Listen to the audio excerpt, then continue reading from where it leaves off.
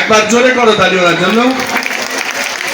উত্তরীয় পরিয়ে বরণ করে নিচ্ছেন জুলফিকার আলী মন্ডল মহাশয়, সুমনা, এবং সপ্তাহে একদিন শাসন ব্রাঞ্চেও যান।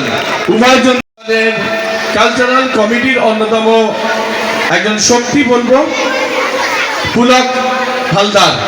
একবার জোরে হাততালি পুলক হালদারের জন্য। এখন আমরা বরণ করে নেব পুলক হালদার মহাশয়কে।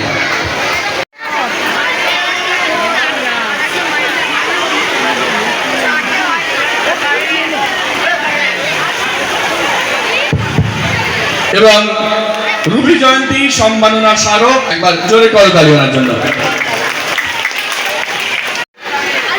আমাদের চট্টগ্রাম এলাকায় বেশ কিছু রত্ন পরিবার আছে এবং এইটা এমন একটা পরিবার যার সম্পর্কে একদম না বললেই নয়।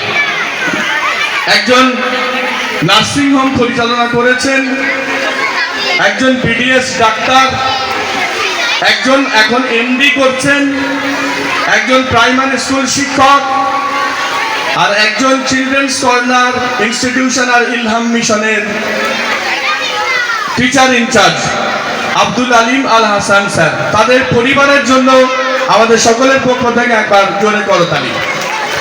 সেই পরিবারের সদস্য চিলড্রেন্স কর্নারের ঘরের ছেলে আজিজ আল হাসানকে বরণ করে নেবে আমাদের ছাত্রীরা। 40টা বছর নিয়ে আজকের স্কুল চলে আসছে।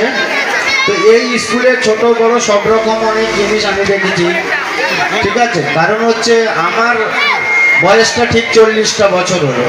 বলছে আমার বয়সের সঙ্গে স্কুলটাও সময়ের সঙ্গে সঙ্গে চলে যাচ্ছে অনেকটা দূরে।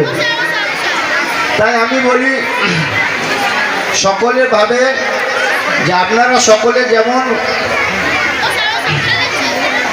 সকলে যেমন এই স্কুলের সঙ্গে জড়িত রয়েছেন এবং আমরা আশা করি আরও অবশ্যই থাকবেন সকলে এই স্কুলের সঙ্গে, এই স্কুলের পাশে থেকে যেমন সহযোগিতা করছেন সেরকমভাবে সহযোগিতা আমি যেন পাই, আর আমিও থাকবো আপনাদের সঙ্গে সকল সময়। এই অনুষ্ঠানের জন্য আমাকে যে ডাক দিয়েছে, না এসে আমি পারলাম না, ঠিক আছে। সব সময় আপনাদের পাশে আছি এবং থাকবো, ইনশাল্লাহ চেষ্টা করবো আপনাদের সঙ্গে থাকবো। আমরা অসংখ্য ধন্যবাদ জ্ঞাপন করবো সম্মানীয় টিআর আলম সাহেবকে। এই 4 দশকের জার্নি কিন্তু অত সহজ ছিল না। প্রথম পথ চলা শুরু হয়েছিল কচুয়াখাপুর স্কুল থেকে। কচুয়াখাপুর স্কুল থেকে কচুয়াখাপুর যে জুনিয়র হাই স্কুল ছিল, স্কুলের অল্প কিছু ইতিহাস আমি বলবো। স্কুলটা কত বড় চড়াই উত্তরায়ের মাধ্যমে আজকের এই জায়গায় পৌঁছেছে, তার ইতিহাসটা একটু জানা দরকার অল্প সংক্ষেপে। 87 সালে আমি প্রথম চিলড্রেন্স কর্নার স্কুলে ভর্তি হই, 1987 সালে। এই স্কুলের দ্বিতীয় ব্যাচ আমরা। তো আজকের এখানকার বাচ্চাদের দেখে আমার সেই পুরানো দিনগুলোতে ফিরে যেতে ইচ্ছা করছে, যে এত সুন্দর একটা পরিবেশে এই প্রোগ্রামগুলো হচ্ছে। সত্যি বলতে কি তখন এই সমস্ত প্রোগ্রাম আমাদের সময় ছিল না। সেই দিনগুলো আবার যেন নতুন করে আমি স্কুলে ভর্তি হব, এরকম একটা আগ্রহ আমার মধ্যে চলে আসছে। তো যাই হোক, কচুয়াখাপুর থেকে যখন স্কুল ওখান থেকে আবার চলে গেল পদ্মরহাটের ওখান থেকে আবার আরেকটা স্কুলের সামনে, তারপরে এখানে এসছে। এখানে আমার পড়া হয়নি তখন, আমরা যখন এখান থেকে পাস করে গিয়েছিলাম 4 পর্যন্ত ছিল, এখন তো মাধ্যমিক লেভেলে হয়েছে। তো আমরা মিস করছি কেন আমরা এই প্রজন্মে জন্মাইনি। যদি আমরা এই প্রজন্মে জন্মাতাম তাহলে আমাদের বাইরে আর অন্য স্কুলে যাওয়ার প্রয়োজনীয়তা বোধ করতাম না, বা আমাদের গার্জেনরা কিন্তু বাইরে দেওয়ার মতো প্রয়োজন বোধ করতো না। এখানে যারা নার্সারি লেভেলে পড়ে, তো আমরা দেখেছি এখানে নার্সারি লেভেলে অসুস্থ মায়ের কথা ভুলে যেতে থাকে। তারা মনে রাখতে পারে না খুঁড়তুতো জ্যাঠতুতো সব অসফল ভাই বোনেদের কথা। ব্রিলিয়ান্ট জগতে ইমোশন নেই, প্রমোশন আছে। ব্রিলিয়ান্টদের অতীত নেই, শুধু ভবিষ্যৎ, শুধু ফিউচার। ছোট চেয়ার থেকে বড় চেয়ার, নন এসি থেকে এসি। ব্রিলিয়ান্ট ছেলেরা বাবা মাকে মাঝে মধ্যে টাকা পাঠায়, অনেক টাকা। সেই টাকা হাতে পেয়ে ব্রিলিয়ান্টদের বাবার মুখে হাসি ফুটে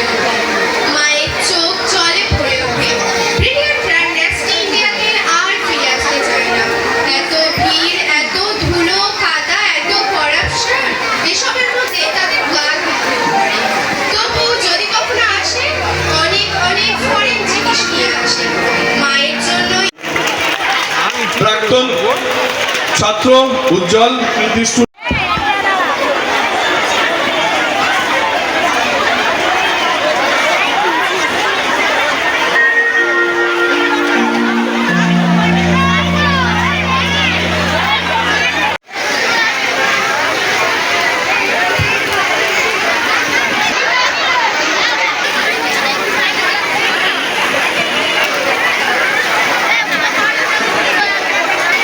একবার জোরে করতালি ওনার জন্য। ওনার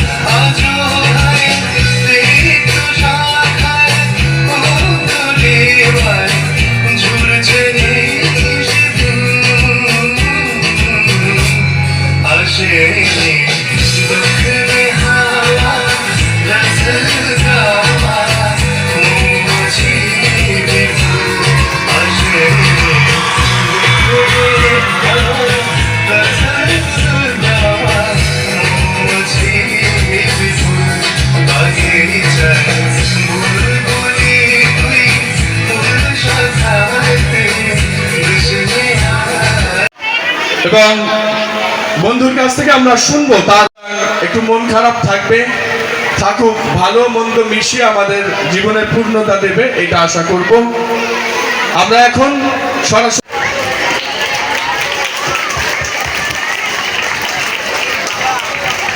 উত্তরীয় পরিয়ে বরণ করে নিচ্ছেন দেবযানী ভান্ডারী এবং পুষ্পস্তবক দিয়ে বরণ করে নিচ্ছেন মনিকা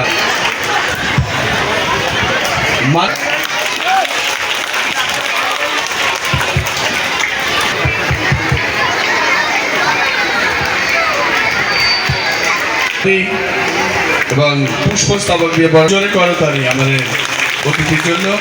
লকডাউন পিরিয়ডে আমাদের প্রায় 400 স্টুডেন্ট পরের বছর অ্যাডমিশন হয়নি, অর্থাৎ 2020 সালে যখন লকডাউন শুরু হয় মার্চ মাসের দিকে খুব সম্ভবত, যখন আমাদের রানিং স্টুডেন্ট ছিল প্রায় 800, কিন্তু সেই বছর অ্যানুয়াল পরীক্ষা দিল 400 কিছু জন, মানে 420-30 জন আনুমানিক, এক্সাক্ট নাম্বারটা মনে নেই। অর্থাৎ শিক্ষার আলো থেকে হয়তোবা তাদের কেউ হারিয়েছে, অথবা অর্থনৈতিক পরিস্থিতির কথা বিবেচনা করে হয়তোবা স্কুলে কন্টিনিউয়েশন ছিল না ছাত্রছাত্রী। তারপরেও কারো কাছ থেকে পূর্ণ ফিস পাওয়া যায়নি। শিক্ষক শিক্ষিকাদের পেমেন্ট থেকে শুরু করে প্রতিষ্ঠান পরিচালনা একটা বিরাট চ্যালেঞ্জ ছিল আমাদের কাছে। আর সেই সময় সেই চ্যালেঞ্জটা উতরাতে পেরেছি, যার জন্য তার নাম টি.আর. আলম, তসলিমুল আলম, একবার জোরে করতালি ওনার জন্য। সাথে সাথে শুধু তাই নয়, আমাদের শিক্ষক শিক্ষিকা থেকে শুরু করে ছাত্রছাত্রী তাদের উৎসাহ দেওয়ার জন্য এক্সকারশনেরও ব্যবস্থা করেছিলেন টি.আর. আলম স্যার। এজন্য চিলড্রেন্স কর্নার পরিবারের পক্ষ থেকে আরও একবার আমরা অভিনন্দিত করব আমাদের সম্মানীয় অতিথিকে। আমি এখন বরণ করব, আজকের ব্যাচ দিয়ে বরণ করব আমাদের। ট্রান্সফার না করে মাধ্যমিকটা এই স্কুলে দিন, তারপরে উচ্চ মাধ্যমিক স্কুল নতুন করে ইলহাম মিশন তৈরি হয়েছে, সেখানে আপনার বাচ্চাদের উজ্জ্বল ভবিষ্যতের জন্য আমরা সাবির যথেষ্টভাবে চেষ্টা করছি। তো আমি যে কথা বলছিলাম, দাদা বলছিল নানুদা, যে স্কুলের যে প্রতিষ্ঠাতা ছিলেন যিনি জহুরুল হক সাহেব, তার অক্লান্ত পরিশ্রমের ফসল আজকের এই প্রতিষ্ঠান দান করিয়েছে। তার যোগ্য উত্তরসূরি হিসেবে আমি সাবির হোসেন হালদারকে আমি ধন্যবাদ জানাতে চাই। যার এত সুযোগ্য যোগ্য উত্তরাধিকারী এবং যোগ্য সন্তান হিসেবে তার সেই প্রতিষ্ঠান যে চারা গাছটা পুঁতেছিলেন জহুরুল হক সাহেব, সেই চারা গাছটা আজকে মহিরুহে পরিণত হয়েছে। এবং ভবিষ্যতে আমি আপনাদের অনুরোধ করব যে আবার আরও যেন স্কুলটা সুনামের সঙ্গে বিভিন্ন ছাত্রছাত্রীরা তারা পড়তে পারে, বা আরও বিভিন্নভাবে তাদের খেলাধুলার মাধ্যমে। আমি একটা জিনিস এখানে আমি বলবো এই খোলা মঞ্চে সাবিরকে, যে একটু স্পোর্টসটা এখানে যদি করা হয়, অনেক গার্জেনের মানে আমাদের কাছে বলে দাদা স্কুলে স্পোর্টস নেই, এই স্পোর্টসটা যদি পরের বছর থেকে একটু চিন্তা ভাবনা করে, স্পোর্টসটা এই কালচারাল অনুষ্ঠানের সঙ্গে স্পোর্টসটা যদি মানে রাখে, তাহলে কিন্তু আরও স্কুলের বাচ্চা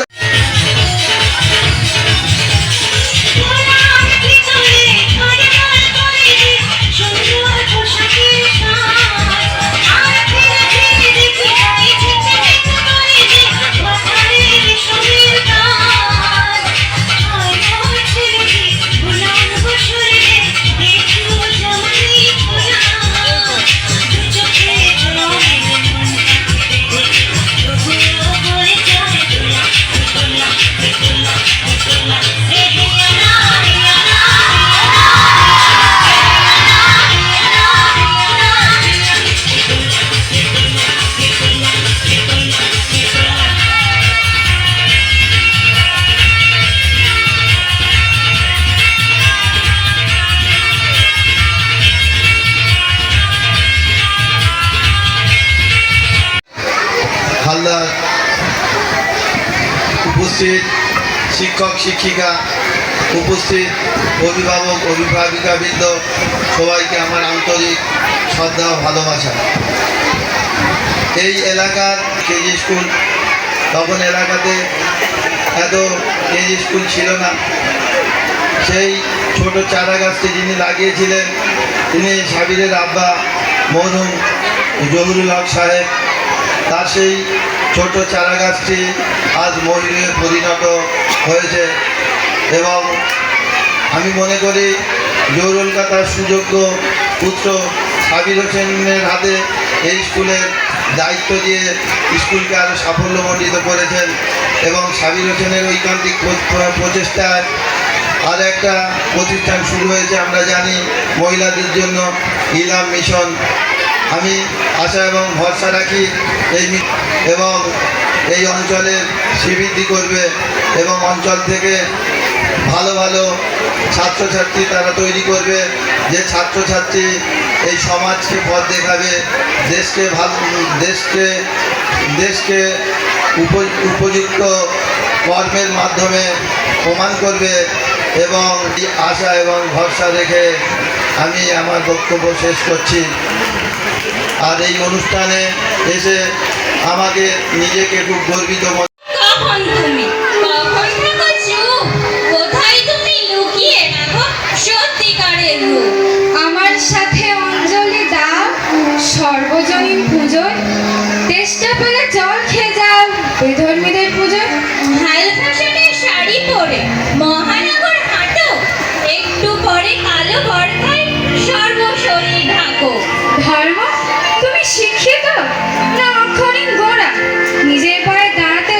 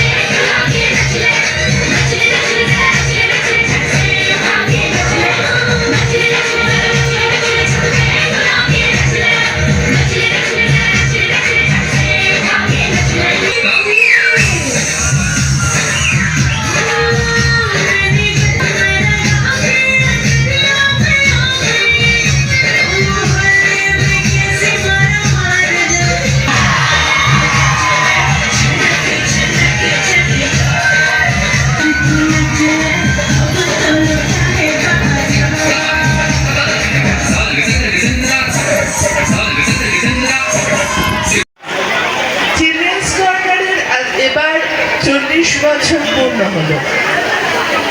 সংগ্রামপুরের মতো একটি প্রত্যন্ত গ্রামীণ এলাকায় এতদিন ধরে সাফল্যের সাথে একটি ইনস্টিটিউট চালিয়ে যাওয়ার জন্য সাবির স্যার একটি স্যালুট দাবি করেন।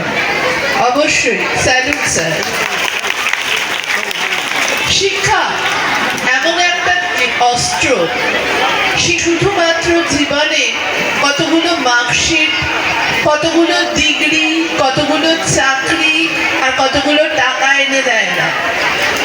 শিক্ষা আমাদের শেখায় জীবন যাপন করতে, ভালোকে মন্দর থেকে আলাদা করতে, নিজের অধিকার, নিজের পাওনা গণ্ডা বুঝে নিতে, চিনতে শেখায় দেশকে, সমাজকে, পৃথিবীকে।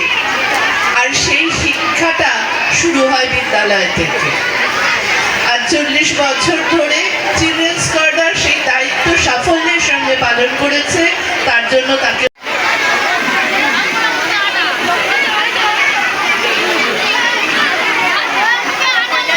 করতালি দিয়ে আমরা অভিনন্দিত করব আমাদের সম্মানীয় আলফ্রেড। একে একে প্রথম, দ্বিতীয়, তৃতীয় দিন তারা পার করে এসছে সফলতার সাথেই। আমি অনুষ্ঠানের একেবারে শেষ দিনের প্রায় শেষ লগ্নে এসে উপস্থিত হতে পেরেছি। শারীরিকভাবে অসুস্থতার কারণে আমি ইচ্ছা থাকলেও আসতে পারিনি। এত বড় একটা অনুষ্ঠানের এত ব্যস্ততার মধ্যেও আমার সহকর্মী সাবির ভাই, ওর সাথে আমার অনুষ্ঠানের বিষয়ে দিনে অন্তত 2-3 ওভার ফোনে কথা হয়েছে এবং সারাক্ষণই আমি মনটা এখানে পড়েছিল, কিন্তু আমি মোবাইলে ওদের ইউটিউব চ্যানেলে আমি প্রোগ্রামগুলো সরাসরি দেখেছি, লাইভ প্রোগ্রামও দেখেছি এবং সেই সাথে অনুষ্ঠানের সর্বাঙ্গীন সাফল্য কামনা করেছি। তা যাই হোক, যার শেষ ভালো তার সব ভালো, এটা একটা প্রবাদ আমরা সবাই জানি। এত বড় একটা অনুষ্ঠান পরিচালনা করা এবং একেবারে অনুষ্ঠানের শেষ প্রান্তে এসে পৌঁছে